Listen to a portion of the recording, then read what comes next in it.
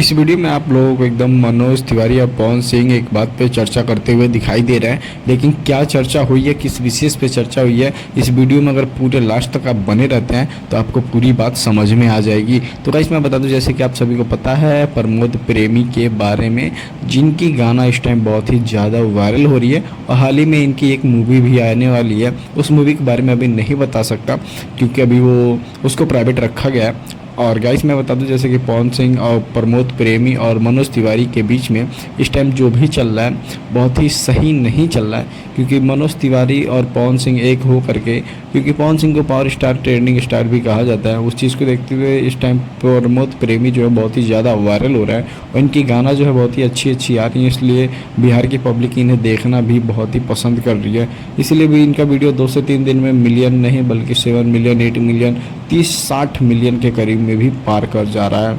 तो इस टाइम बहुत ही ज़्यादा ट्रेंडिंग में चल रहे हैं प्रमोद प्रेमी। बाकी मनोज तिवारी और पवन सिंह एक बैठक किए हैं आपस में, और बैठक करने के बाद इन लोगों के विशेष में थोड़ा सा चर्चा हुआ था। और गाइस मैं बता दूं, अभी हमारे चैनल को सब्सक्राइब नहीं किया तो प्लीज़ चैनल को सब्सक्राइब कर लीजिए, बाकी लाइक कर दीजिए और कमेंट कीजिए कि आप लोगों की ये वीडियो कैसी लगी। बाकी फिर मिलते हैं अगले वीडियो में, तब तक के लिए thank you for watching. Bye.